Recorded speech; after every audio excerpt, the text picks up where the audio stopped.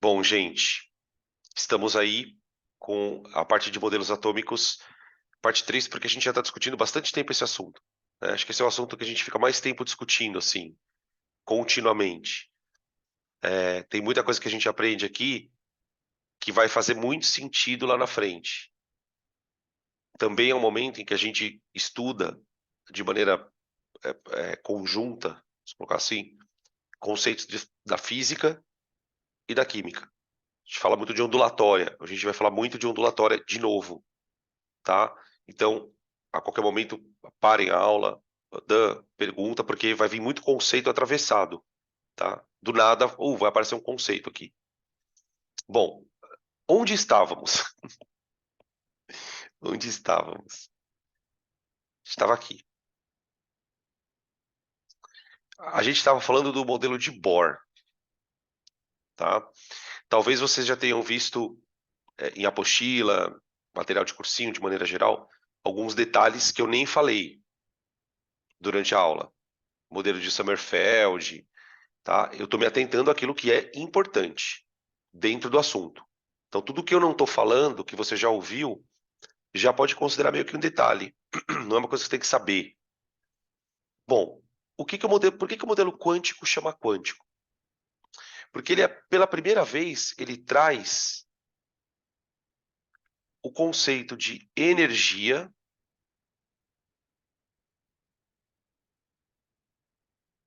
quantizada.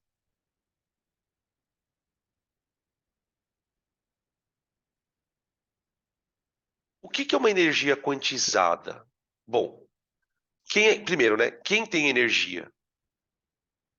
Os elétrons.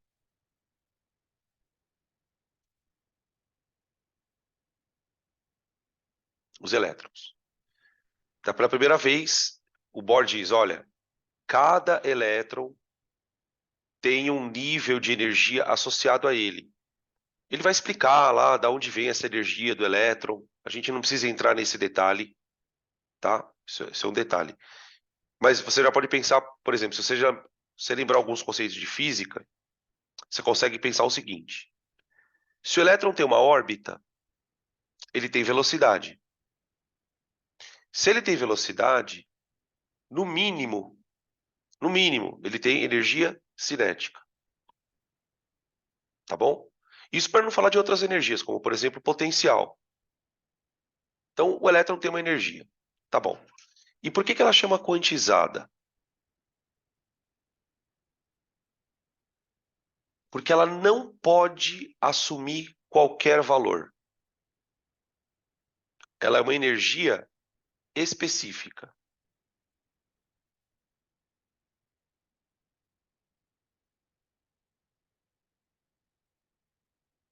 Essa palavra ela pode parecer meio não tão importante, mas ela é bem importante. O que significa dizer que a energia é específica? Significa dizer o seguinte, que se existe um nível 1 de energia e existe um nível 2 de energia, não existe nenhum nível entre eles. Não existe nenhum nível de energia. Isso significa quantizado. A energia ela é discreta. Ela não é uma coisa contínua. Não existem vários níveis de energia entre 1 e 2. Eles são valores específicos. Aí depois existe um nível 3. Entre o 2 e o 3 não existe nenhum nível, tá? Por exemplo, na matemática, né, gente? Entre o 1 e o 2 existem vários números, né? Na matemática. Se você considerar todos os números possíveis, tem infinitos. Tá? Na quântica, não. Na quântica, entre o 1 e o 2 não tem nada. Então a gente fala que a energia é quantizada. Ela tem valores específicos. Tá? Só um comentário que isso faz diferença na aula de hoje. A palavra quântica vem da palavra quanta.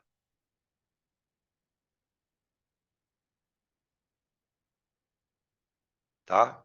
Que é mais ou menos. É latina, né? Essa palavra de origem latina. É mais ou menos a ideia de pacote. Tá? Quem fala isso pela primeira vez? Planck. É bom saber o nome dele? É. Por quê? Porque se você lê o nome dele num texto, você sabe que o exercício vai falar de mecânica quântica, de energia quantizada, de modelo atômico. Você já meio que já sabe para onde o exercício vai. Daqui a pouco eu vou falar mais sobre esse cara, tá? Então, o Bohr, ele olha para isso. Então, ele vai dizer o seguinte, olha, o elétron ele pode transitar entre órbitas, desde que a energia dele mude. Mudou a energia, ele muda de órbita. E a gente consegue, às vezes, detectar isto. Tudo bem? Como que eu faço isso? Quando o elétron volta. Então, aí você tem a sequência, né? Deixa eu colocar aqui um zoom. Deixa eu colocar aqui um zoom. Ó. Sequência. Aqui está o elétron no estado fundamental, que a gente chama, ó, nível 1. Ele está na órbita 1, tá bom? Que é aquilo que a gente vai chamar depois, né, de número quântico principal. Sabe aquele 1s2, 2s2? Esse número 1, esse 2, é o número do nível, tá? Aí, o que que acontece? O elétron ele pode ser excitado. Ele pode receber energia. Aí você tem isso aqui, ó. Tum. Elétron recebe energia. Ele pode receber essa energia por aquecimento. Então presta atenção, se você estiver anotando aí. Teste de chama. Teste de chama.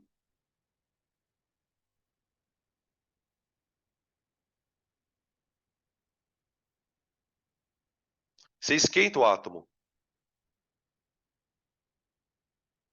Quando você esquenta o átomo, ele emite uma chama colorida.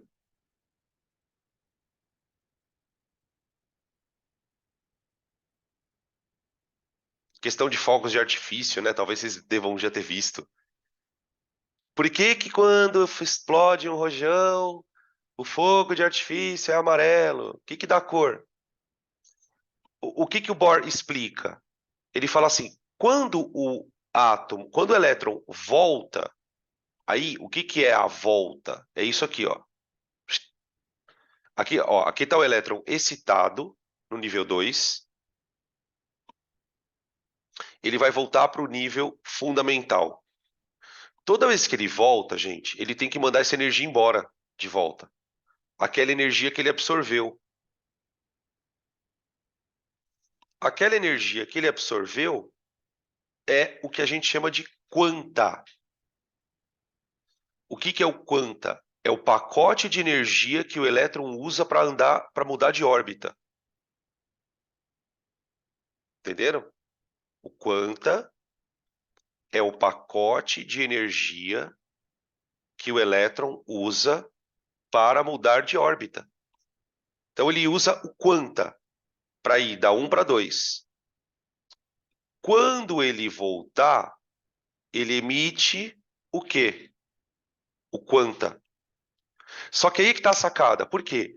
Quando ele emite o quanta, esse quanta emitido, ele é emitido sempre na forma de fóton. O quanta emitido na forma de fóton. Meu Deus, Danilo. Cara, essa aula é muito louca. Essa aula é muito doida. Tudo bem a palavra fóton aqui, gente? Na sala? Hã? Levanta a mão aí quem acha que eu deveria falar sobre fóton. É sério, moçada. Precisa falar fóton? O que é o fóton? Define o fóton usando uma palavra. Vixe, usando uma palavra. Só uma. Hum, usaram aqui, ó, luz, energia, partícula. Olha que lindo.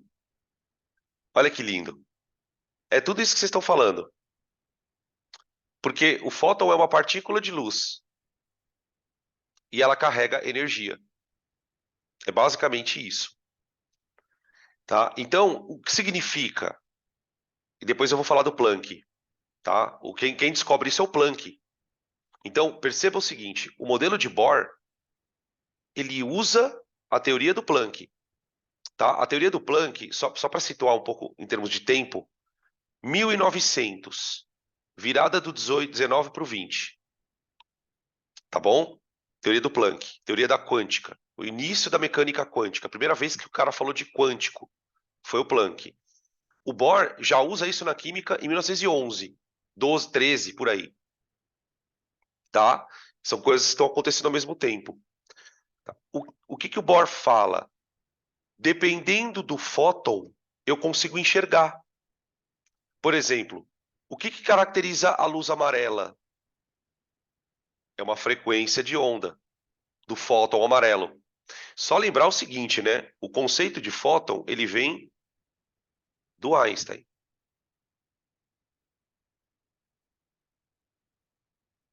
Do Einstein. Tá? Por quê? Porque o eterno dilema da física, gente.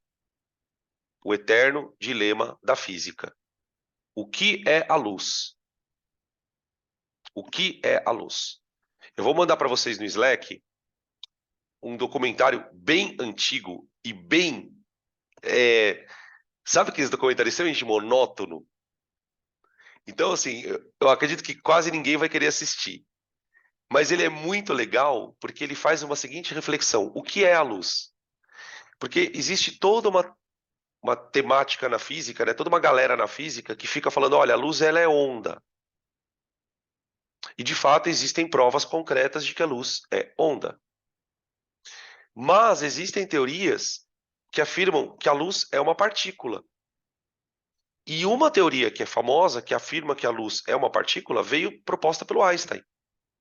A primeira pessoa que usa o termo fóton é o Einstein, quando ele fala do efeito fotoelétrico. A gente vai falar daqui a pouquinho, um pouquinho sobre isso, do que é.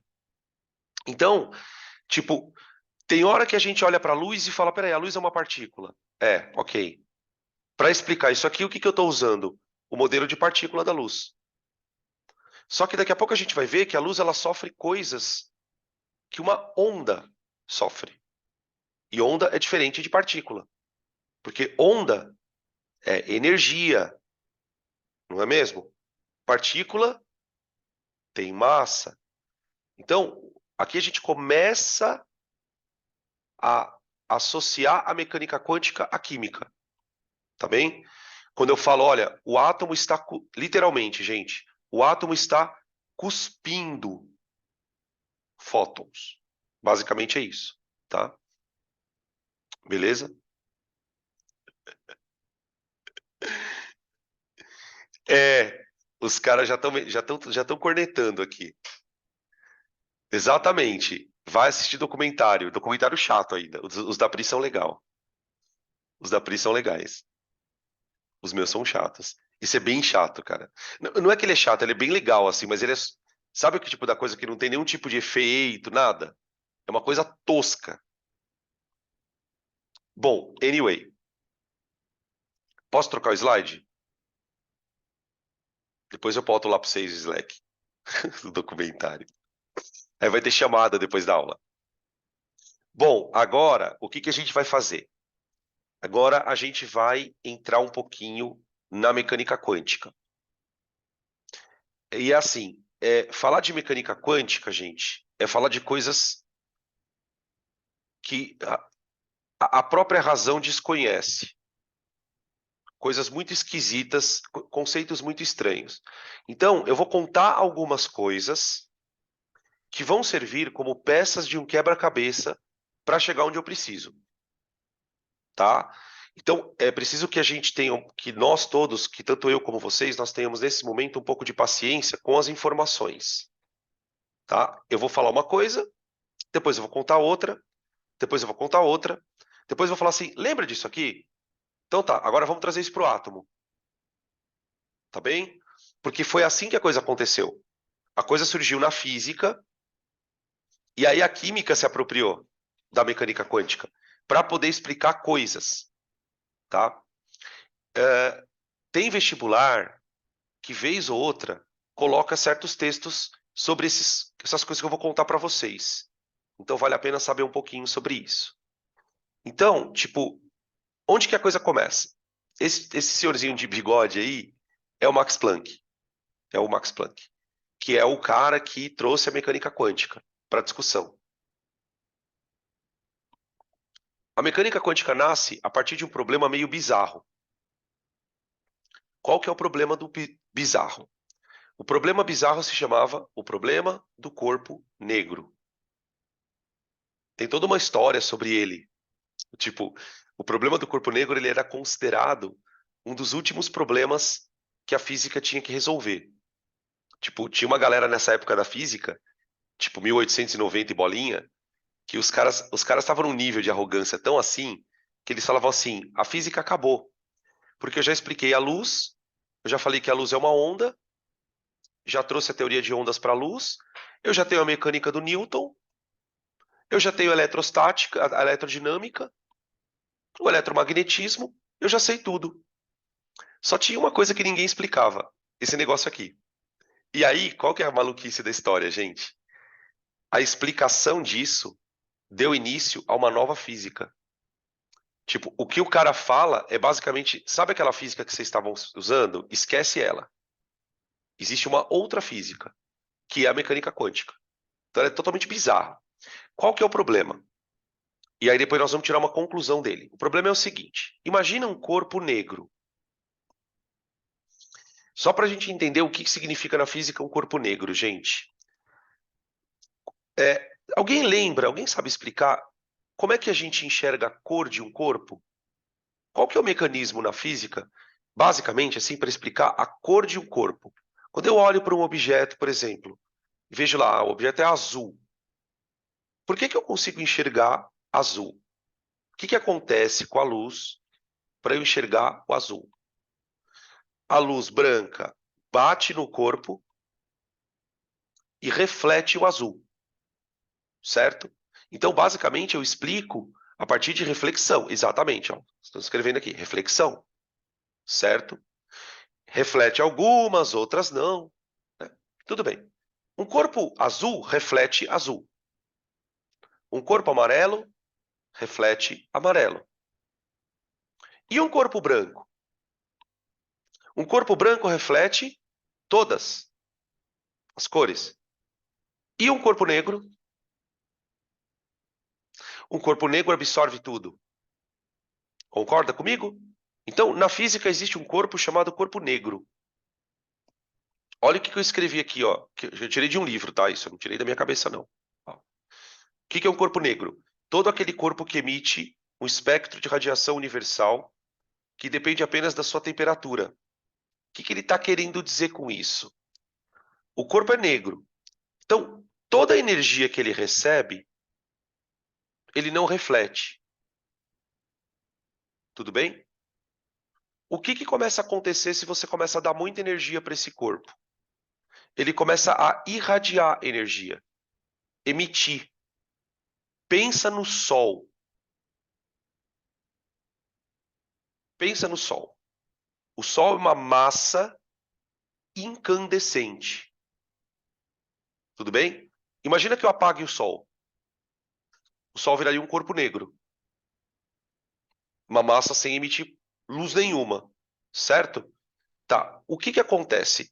Quando você esquenta um corpo e você dá muita energia para ele, ele começa a emitir luz. Todo mundo aqui já viu carvão. Que cor que é o carvão em brasa, gente? Não é meio avermelhado? Ele é meio avermelhado. Quando ele está avermelhado, ele está a uma certa temperatura. Ele está a uma certa temperatura. O que a física não conseguia explicar? A coisa mais idiota do mundo. Por que quando ele está, por exemplo, a 400 graus, ele está vermelho? Por que vermelho? Por que se eu mudar a temperatura para 700 graus, ele fica amarelo? Tipo, os caras não sabiam explicar por que isso acontecia. O Planck explica, tá? Deixa eu mostrar para vocês uma coisa aqui.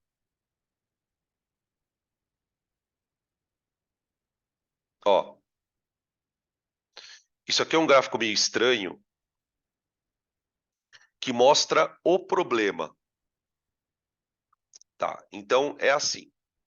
Isso aqui é a intensidade da luz no eixo Y, tá bom? Intensidade da luz. E aqui é o comprimento de onda da luz. Basicamente a cor dela, tá? Então, por exemplo, vamos pegar essa curva grandona aqui, ó. Tá vendo essa curva grandona aqui, ó? Essa aqui é a temperatura do corpo, em Kelvin. Quando o corpo está nessa temperatura, ele emite essa cor basicamente, verde. Aqui você tem um corpo mais frio, ó. Corpo mais frio. Ele já está meio amarelado. Aqui um outro corpo, já meio alaranjado. Aqui já meio avermelhando, tá? Então, o que ele explica é basicamente isso. E aí, assim, o que você precisa saber disto? Que existe um problema chamado problema do corpo negro, e que desse problema, o que ele propõe? Qual é a proposição do Planck? Que essa irradiação é, na verdade, fótons.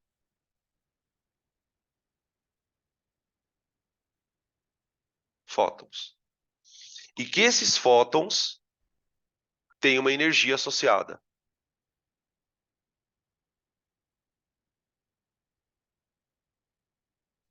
Tá bom?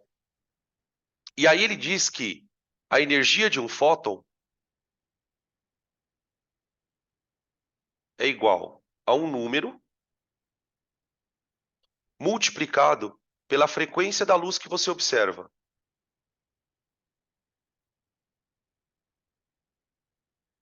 Então por que ele é importante na mecânica quântica? Porque ele é o primeiro cara que associa a frequência da luz a uma energia da partícula. Ou seja, ele está falando que fóton tem cor. Então, existe uma luz verde, é porque existe um fóton verde. E esse fóton verde, ele tem uma energia específica. Aí tem o fóton amarelo. E só para lembrar, né, gente, existem fótons do que eu não enxergo. Pode ser ultravioleta, pode ser infravermelho, né? Quando a gente fala em fóton, a gente está mais tendendo a pensar na luz visível. Mas você pode pensar na mecânica quântica, né? Pensando aqui. Pode pensar em fóton ultravioleta? Pode, pode. Gente, olha que louco isso. Só uma curiosidade, mas nem tanto, tá? Porque vestibular tá ficando cada vez mais difícil. Buraco negro. Sabia que o buraco negro emite radiação? Mesmo ele sendo negro? Só que a radiação que ele emite é de baixa energia. Sabe que tipo de radiação é essa? Raio-X. Tem várias fotos de telescópios de buracos negros que ele captura o raio-X do buraco negro, que é uma radiação de baixa frequência, tá? Uma radiação de baixa frequência, beleza? Você tem buraco negro, por exemplo, que emite onda de rádio, emite uma radiação como uma onda de rádio. Então, por exemplo, se você tiver com uma antena, você pega uma frequência meio que de um buraco negro. Imagina que coisa bizarra, tá? É claro que na prática não dá para fazer isso porque uma antena é um aparelho muito grosseiro, né? Mas, por exemplo, um telescópio tipo James Webb, que é super sensível, ele está lá no espaço, ele captura a onda de rádio que vem de buraco negro. Então, tipo, ele começa a explicar quanticamente o que acontece no universo. É muito bizarro, tá? Beleza, podem tirar print. Então, primeira peça do quebra-cabeça. Qual é a primeira peça do quebra-cabeça? Fóton, de fato, pode ser uma partícula. Essa partícula carrega uma energia. Ah, um detalhe. Esse H, ele é um valor chamado constante de Planck.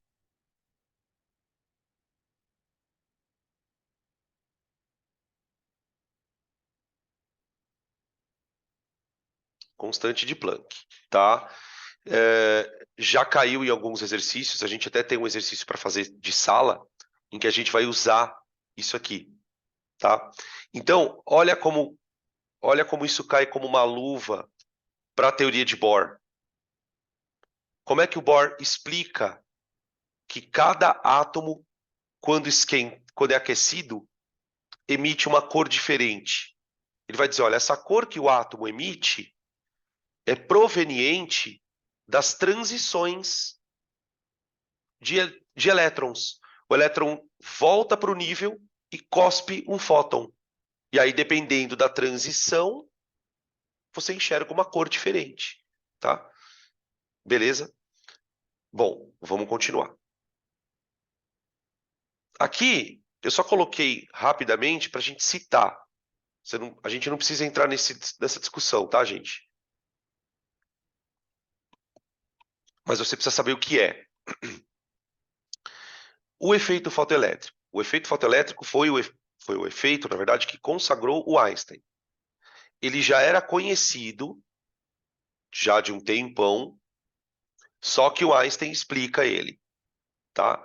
O que é o efeito fotoelétrico? Aqui você tem uma, um desenho do que seria. Imaginem que isso aqui, ó, seja a superfície de um metal. Metal, tá bom? Tipo, que é condutor.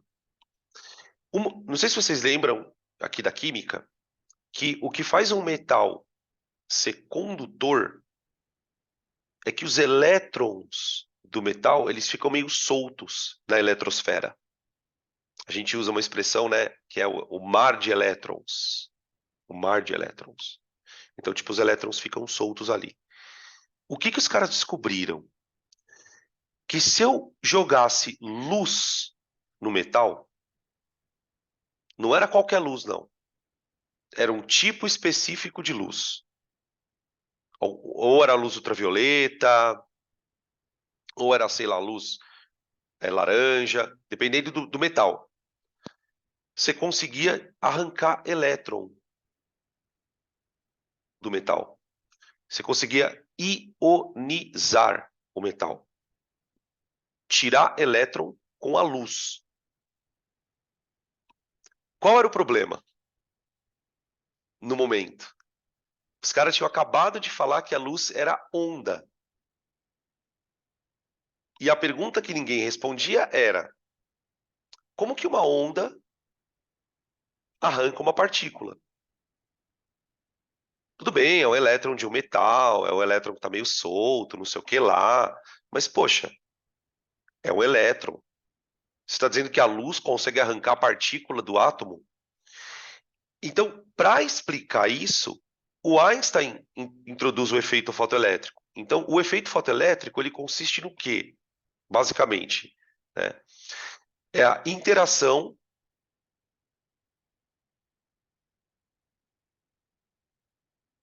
fóton, que é o que a gente vai chamar então de, entre aspas, né, partícula de luz.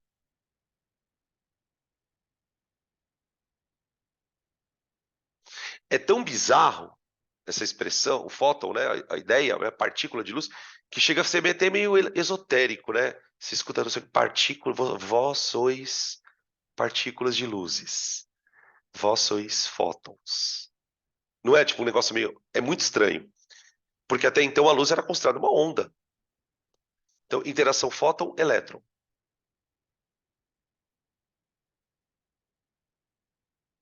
tá?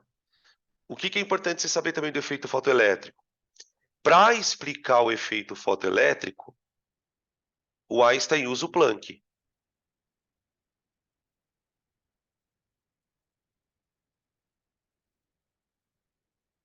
Ele usa essa matemática do Planck aqui. Tá? Então ele usa um conceito lá do comecinho, tá? Beleza? Então existe uma interação aqui, onda-partícula, né? É o que a física vai chamando de dualidade.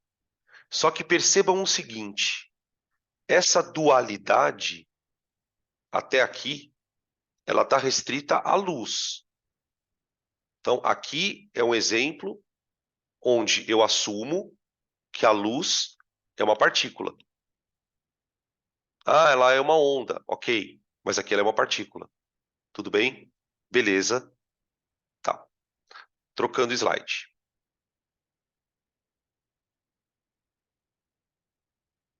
Bom,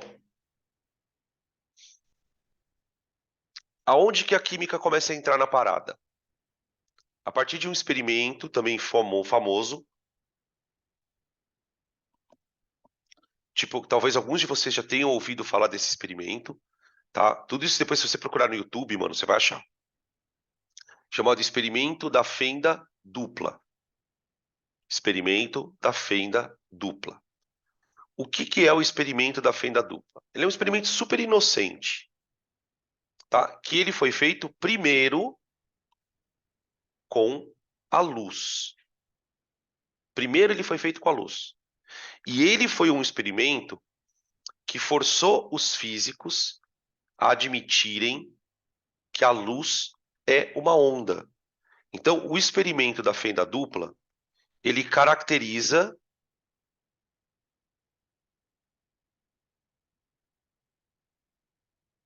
o aspecto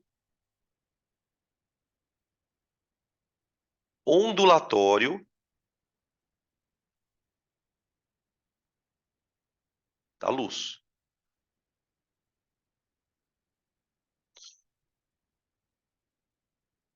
tá? Beleza? Ele caracteriza o aspecto ondulatório da luz. Só que, e aí eu vou explicar por que que ele caracteriza. O que que os caras fizeram alguns anos mais tarde? Primeiro fizeram com a luz, o experimento. Eu vou contar para vocês depois como é que é o experimento. Depois, o que que os caras fizeram? Os caras fizeram com elétrons. Ao invés de fazer o experimento com a luz, eles fizeram com elétrons. E foi aí que a coisa ficou feia. Por quê? Porque quando os caras fizeram o experimento com elétrons, adivinha qual foi o resultado? Foi igualzinho ao da luz. Não sei se vocês conseguem perceber o que significa isso.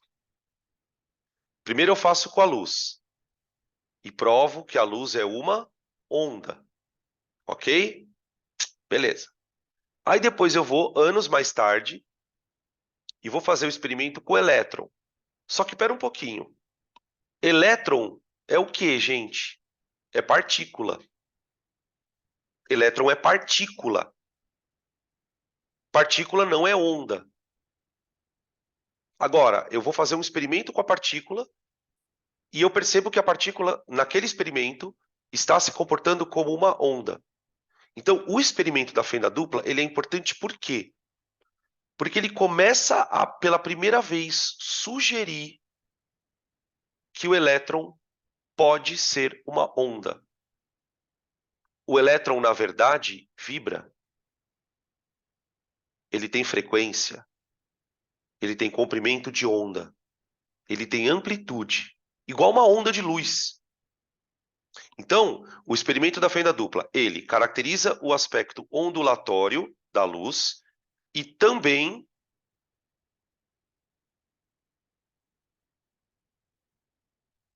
afirma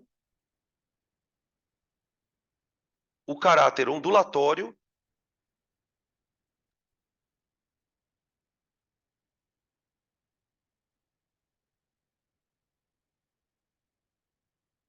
da matéria.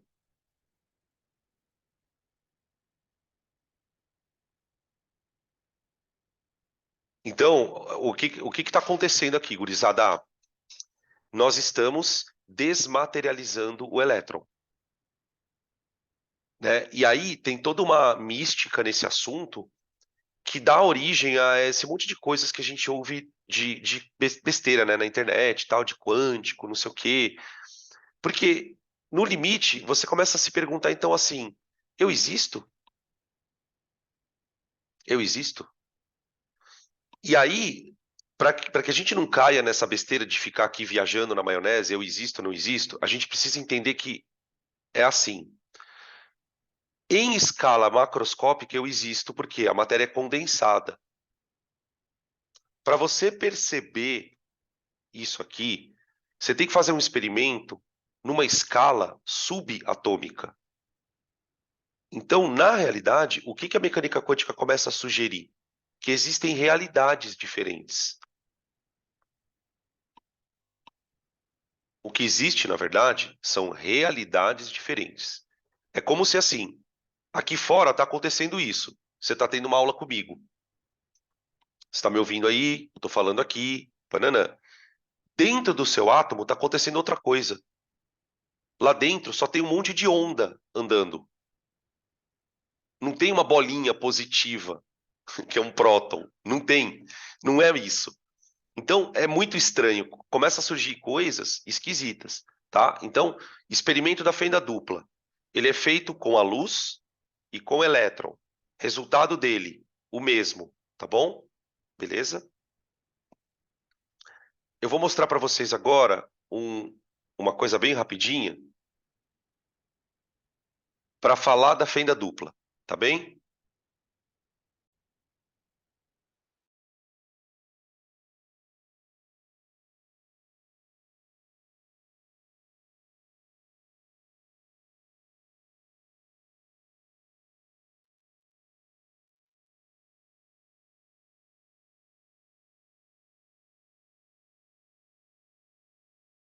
Som. Acho que agora voltou. Agora acho que voltou. Vocês estão me ouvindo agora? Ou não? Sim, não, tá tudo certo. Mas tá meio embaçado ou tá bom o som? Tá normal. Tá normal? Então tá. Tá. Beleza. Então vamos lá. Ó, então o experimento é o seguinte, gente. Eu vou abrir aqui. Você tem dois buraquinhos, tá? Esse botãozinho ele vai gerar ondas, tá? Então tá aqui as ondas, ó. Percebe? O que a gente vai percebendo? A gente vai percebendo que quando as ondas atravessam esse buraquinho, elas entortam, tá vendo? Só que tem um nome na ondulatória. Alguém sabe o nome disso aqui? Quando ela entorta assim? Como que é o nome do fenômeno ondulatório? Isso, já responderam aqui. Difração. Só que daí, o que acontece?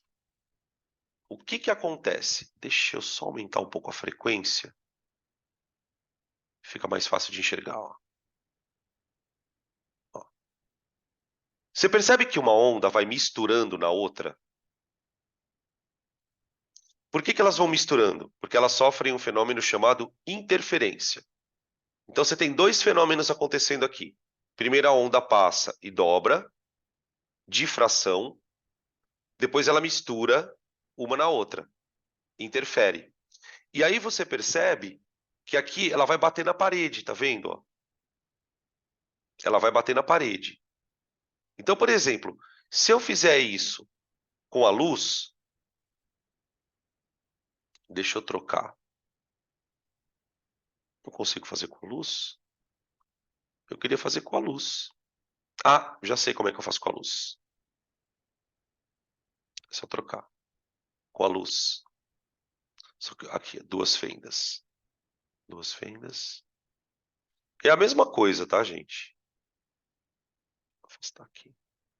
Você escolhe uma cor, ou seja, você está escolhendo a frequência, tá? Beleza. E solta. E solta. Aqui. Ó.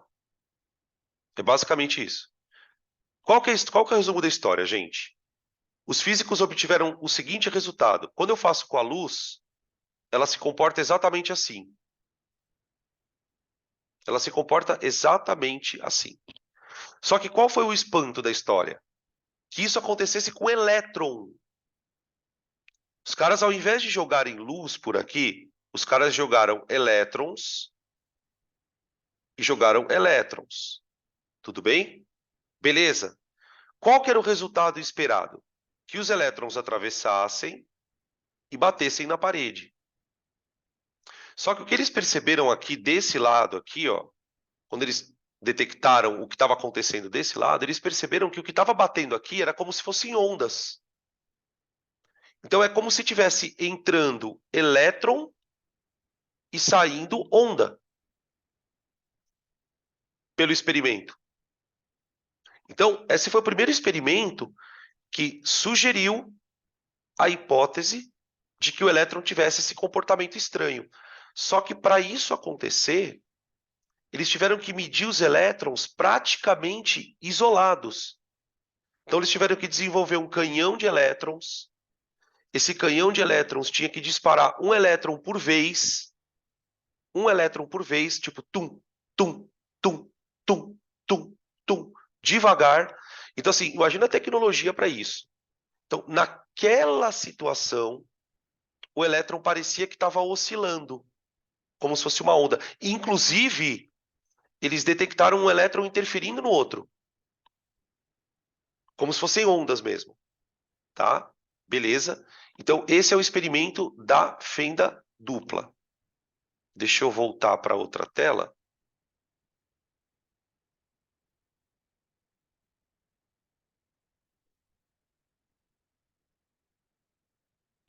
Ó, porque agora eu acho que vai fazer sentido o desenho, tá, gente? Ó, tá aqui. Agora eu vou dar um zoom no desenho. Ó. O experimento da fenda dupla é basicamente aqui, ó. Aqui ele mostra um desenho quando os caras fizeram com elétrons, tá? Aqui é o resultado que eles esperavam, considerando que o elétron era uma partícula. Se ele é uma partícula, você joga ele por aqui, ele passa e atravessa. Só que, na verdade, o que eles detectaram foi isso aqui, ó. Tá? Eles detectaram isso. Eles detectaram um negócio meio bizarro. É como se aqui tivesse bastante elétron, aqui não tivesse nenhum elétron batido, aqui bateu bastante também, mas não tanto. Aí aqui quase ninguém, e aqui bateu bastante. Eles foram olhando para isso aqui e perceberam que esse tipo de padrão coincidia com duas ondas andando. Falou, olha, se fossem duas ondas, eu esperaria isso aqui. Só que os caras obtiveram isso com o elétron. Tudo bem? Então, resumo da ópera. Elétron pode ser considerado uma onda em algumas circunstâncias, tá? Então, isso é importante. Caráter ondulatório, tá?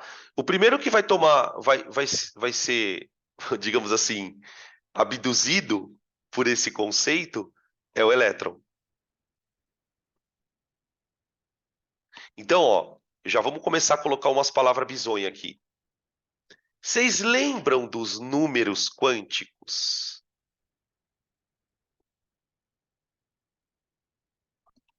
Vocês lembram desse negócio? Número quântico principal?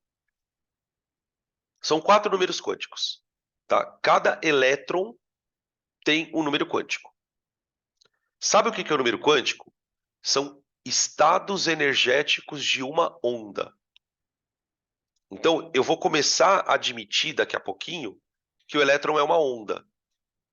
Então, quando eu for descrever o elétron, eu vou olhar para ele como uma onda, tá? Só que, só fazer um comentário breve aqui, que aí é só curiosidade. Na equação da mecânica quântica, é muito louco. Por quê? Tipo, quando você estuda ela mais um pouquinho aprofundado, você vê que na equação tem duas coisas que não cabem na mesma equação. Uma delas é frequência. Então, o elétron tem uma frequência. Então, se ele tem uma frequência, ele é uma onda. Só que na mesma equação do elétron tem massa. Então, é como se a mecânica quântica, a primeira equação, né, do elétron, dissesse, ó, o elétron é massa, mas é onda. Então, é muito louco você estudar essas coisas assim, porque você vai vendo como a física vai mudando aos poucos. Então, primeiro o elétron era uma massa. Agora ele já é uma massa que oscila, tá? É um negócio meio doido. Bom, enfim. Próximo slide. Bom, então o que que eu tenho? Elétron tem um caráter de onda e tem a ideia do fóton que associado a ele tem energia, tá? Aqui. De Broglie. De Broglie. O que que esse cara faz? Esse cara ele fica muito famoso. Por quê? Porque ele associa duas coisas. Ele associa, peraí, o comprimento de onda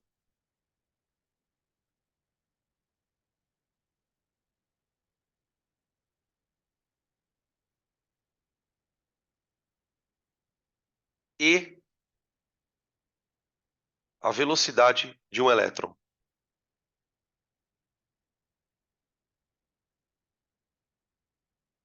Então, por que que ele é famoso? O que que você precisa saber desse cara? Ele também traz um conceito da ondulatória para o elétron. Ele também traz um conceito. Eu já tinha descoberto que o elétron pode sofrer difração. Alguém falou aqui no chat que o fenômeno da luz dobrar, né, chama difração. Então, o experimento da fenda dupla, ele é uma prova experimental de que a matéria tem essa coisa de se comportar como onda. O que que ele faz? Ele propõe isso na matemática. Ele propõe isso na matemática. Ele vai dizer que o lambda do elétron, você não precisa saber essa equação, tá, gente? Não precisa saber. É igual a H sobre m vezes v. O que que é o lambda? É o comprimento de onda do elétron.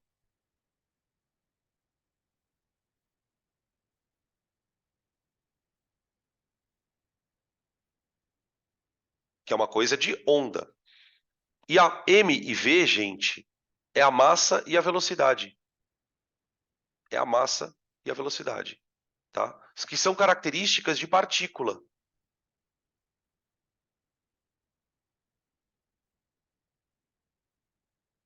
Tá? Então, por que que o de Broglie ele é famoso? Porque ele é um outro cara que sugere o comportamento. Então, assim, o que está acontecendo nesse momento? Está ficando difícil não usar essa ideia de que o elétron seja uma onda. A física está buscando cada vez mais provas, cada vez mais argumentos para dizer assim, não, eu preciso criar uma teoria onde o elétron seja uma onda. Só que isso parece bizarro. Até porque, qual que era a teoria que os caras tinham de elétron até aquele momento? Ah, elétron é bolinha, ligação iônica. Eu perco, você ganha. Ligação covalente. A gente compartilha bolinhas. E estava funcionando tudo bem. Tava tudo certo, tá? Beleza? Continuando.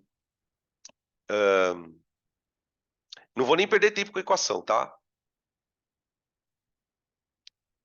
Bom, princípio da incerteza.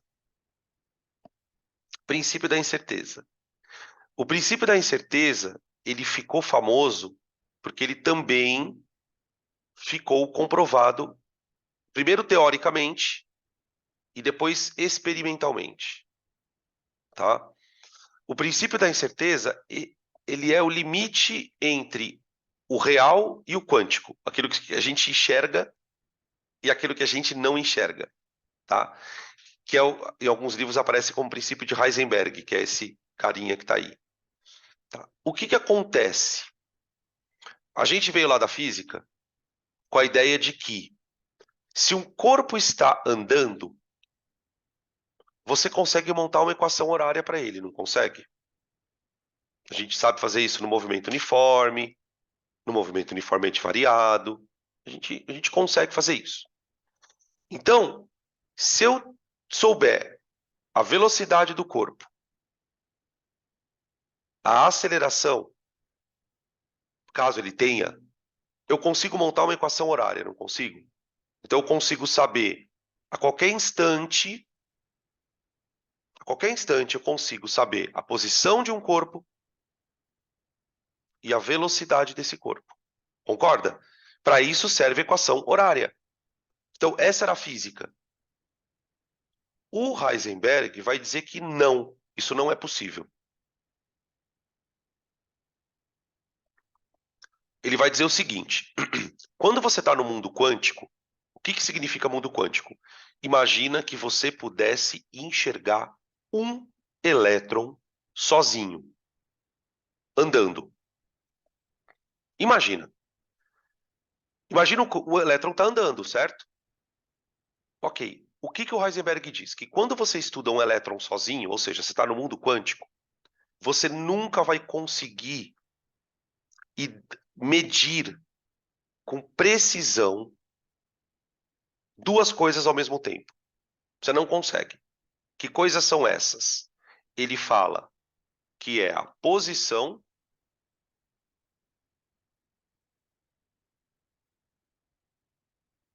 e a velocidade.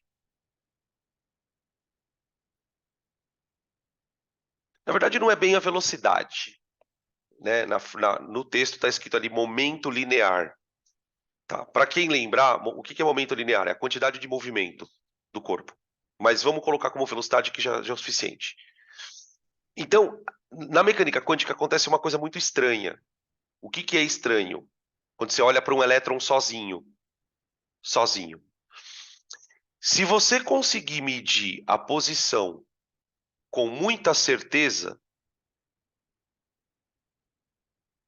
então se você fizer uma medida muito precisa de posição do elétron, você não vai conseguir saber quase nada sobre a velocidade.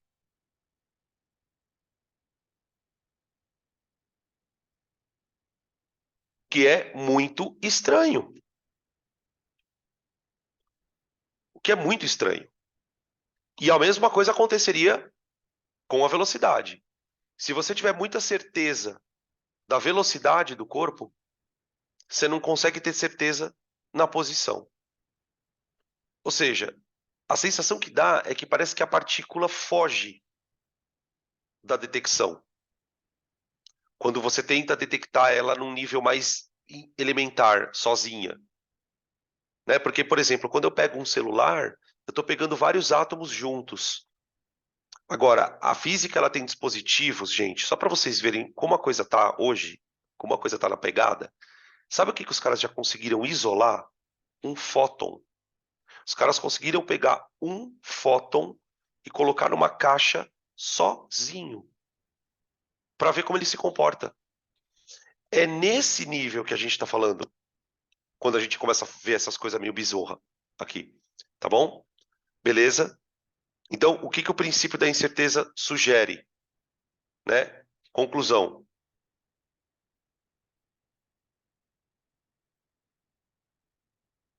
O elétron apresenta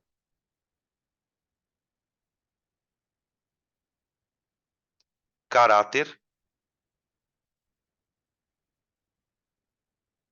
probabilístico. Pronto, agora começou o show de horror.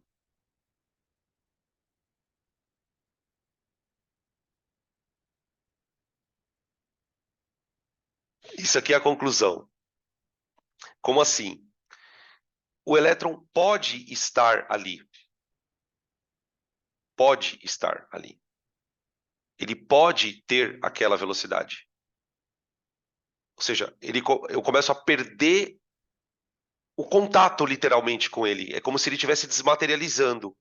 Ele não chegou a desaparecer, mas agora eu já não tenho mais certeza que ele está ali. Eu tenho uma incerteza. Então, aqui é o momento em que os caras começam a viajar no osso. Como assim, Danilo? O que que eles falam? Na verdade, agora vem a parte meio... Respira aí, respira aí. Imagina uma onda. O que que uma onda faz? Ela não oscila? Uma onda oscila. Agora imagina que a altura da onda é a probabilidade do elétron estar ali. Então, vamos lá de novo. É uma onda que oscila. Só que a altura da onda é a probabilidade de o elétron estar ali. Então, por exemplo, quando a onda está aqui em cima, a probabilidade do elétron estar aqui é alta. Aí, a hora que a onda desce, a probabilidade do elétron estar aqui é baixa. Então, é como se o elétron estivesse estando na forma de probabilidade. É isso que a mecânica quântica vai sugerir. Não é que o elétron é uma onda, ele é uma onda de existência. Tem lugares que ele existe em maior probabilidade, tem lugares que ele existe em menor probabilidade. É meio que bizarro isso. Tá tudo bem por aqui, tá, pessoal? Tá tudo certo. Perguntas, Jesus amado.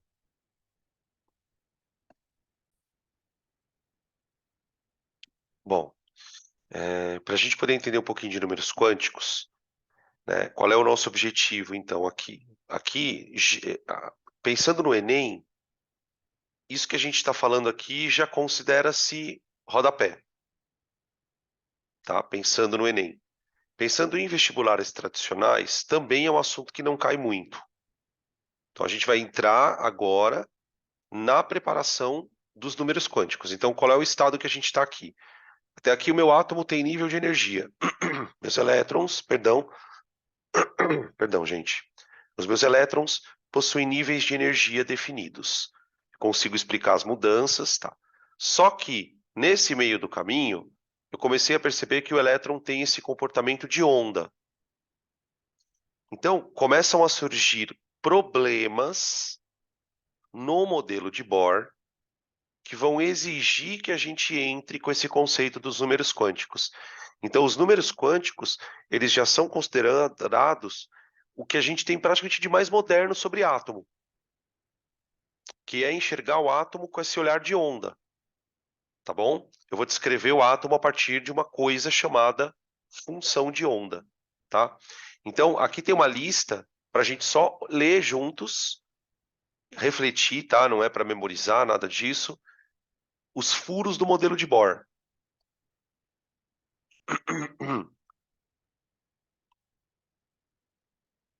Nossa, isso é porque hoje é segunda-feira ainda, né? Bom, primeiro problema do modelo de Bohr, gente. Ele só funcionava bem se o átomo tivesse um elétron, um próton e um elétron. Quanto mais prótons e mais elétrons eu colocasse no átomo, pior o modelo ficava. Então, quer dizer, o modelo não era bom. Ele explicava um átomo simples, tá? Outra coisa importante, sobre a órbita dos elétrons. Tá? Para o modelo funcionar, a órbita do átomo elétron tinha que ser como se fosse um planeta.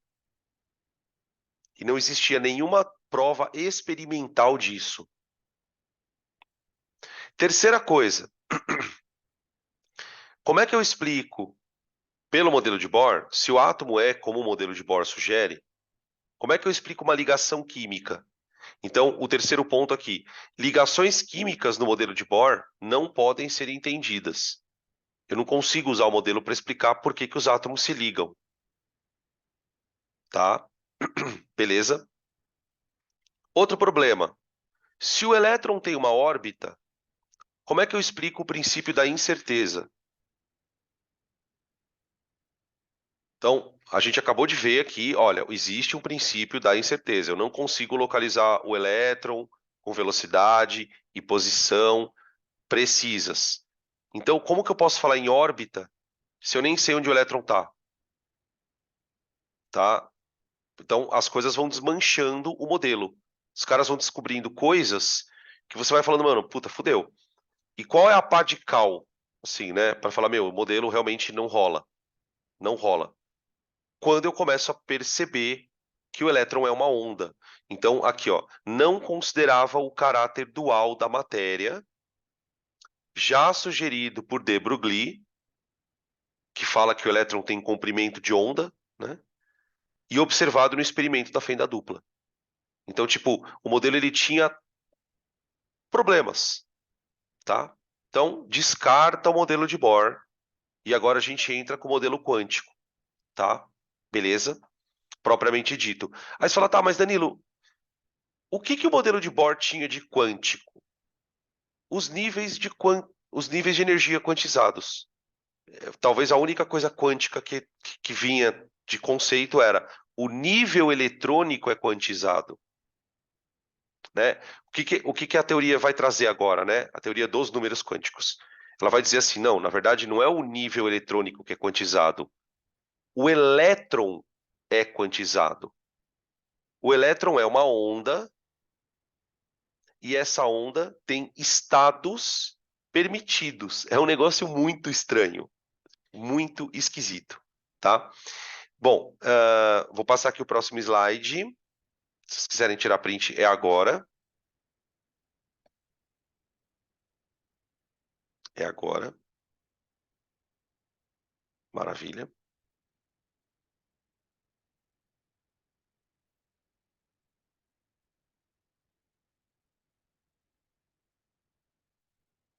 Aqui.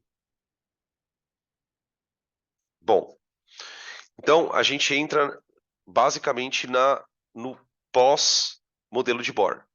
Então, me parece que para eu conseguir descrever um elétron, eu vou ter que incorporar na matemática, né, na física da coisa, alguma coisa sobre onda. Alguma coisa sobre onda, tá?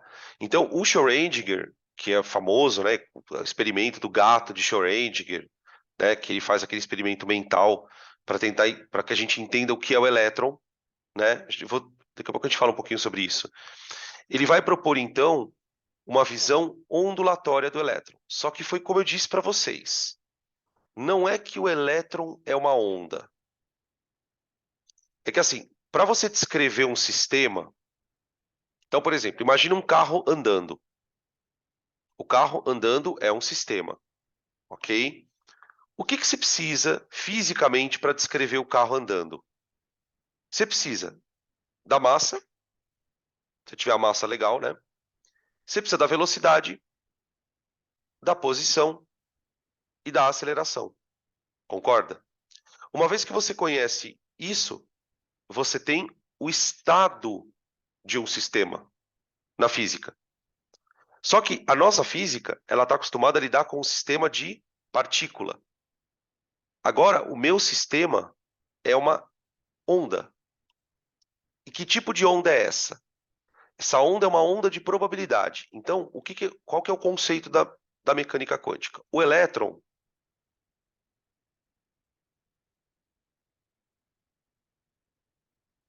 ele vai ser descrito a partir de uma função ondulatória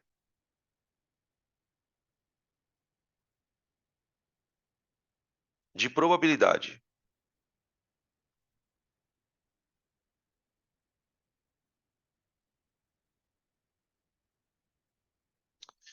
Tá? Onde que isso vai parar? Talvez alguns de vocês já tenham ouvido o termo orbital.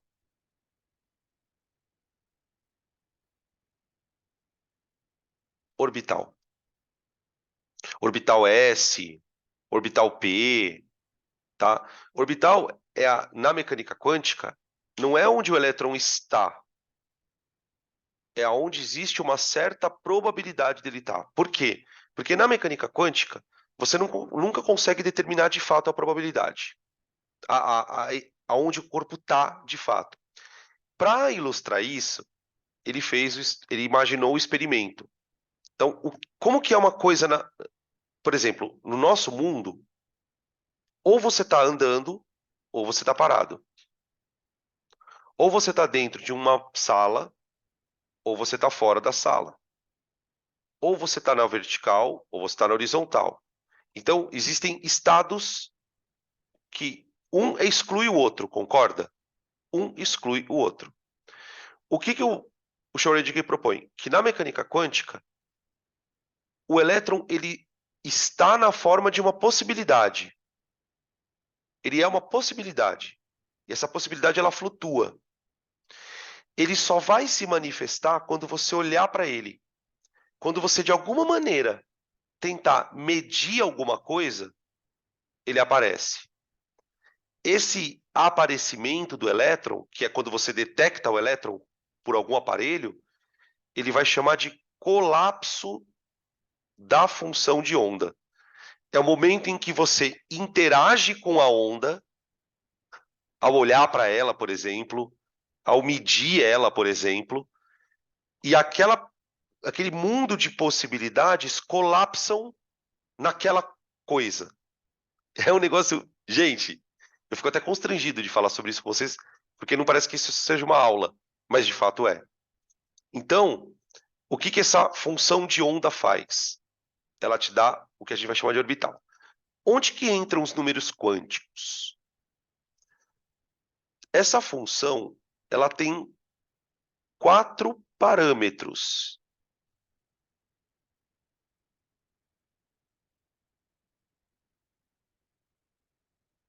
Eu preciso explicar para vocês o que é um parâmetro, gente. Bem rápido. Senão você não vai entender o que é número quântico. Quando eu escrevo isso aqui, ó, V igual a V0 mais AT. E quando eu escrevo V igual a 3 mais 5T, você sabe que a aceleração é 5, não sabe? A aceleração ela é um parâmetro. O que ela me dá? Ela me dá uma característica do movimento. Então eu sei, por exemplo, que o movimento tem a aceleração 5. Quer ver um outro parâmetro? V0 vale quanto? 3. Então, parâmetros são termos numa equação que têm algum significado. Não são variáveis, são termos especiais. Isso é um parâmetro, tá? A gente estuda no sorvetão, toda hora a gente ouve falar, a gente faz isso, mas não sabe que chama parâmetro. Mas chama parâmetro. Tá, o que o Schrödinger propõe? Que na minha função eu tenho 4 parâmetros. O que esses parâmetros juntos descrevem? O estado de um elétron. O estado quântico.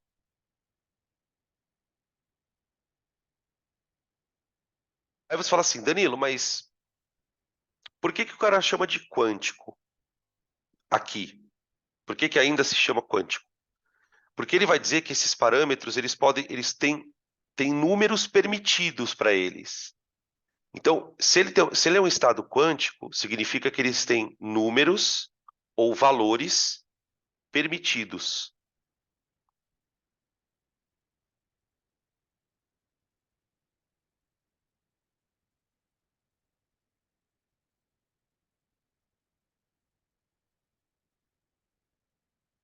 Valores permitidos. O que significa dizer isso? Esses números não podem assumir qualquer valor.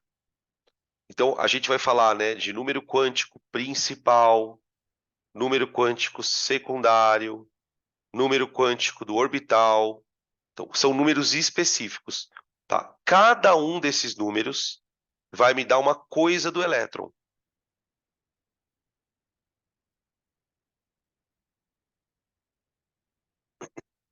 Tá? Tem algumas dessas coisas que a gente vai conseguir entender bem. Falar, ah, legal, isso eu entendo. Tem outras que não. Tá? Que foi o que eu disse. Na mecânica quântica tem coisas que eu não consigo entender. Por quê? Porque eu não consigo fazer analogia com nada que eu conheça. Tá? Beleza? Ah, eu tenho que saber essa equação de Schrödinger? Não. Qual é o reflexo dela na sua vida? A equação de Schrödinger, gente, ela vai se transformar depois no diagrama de Linus Pauling. Tá bem?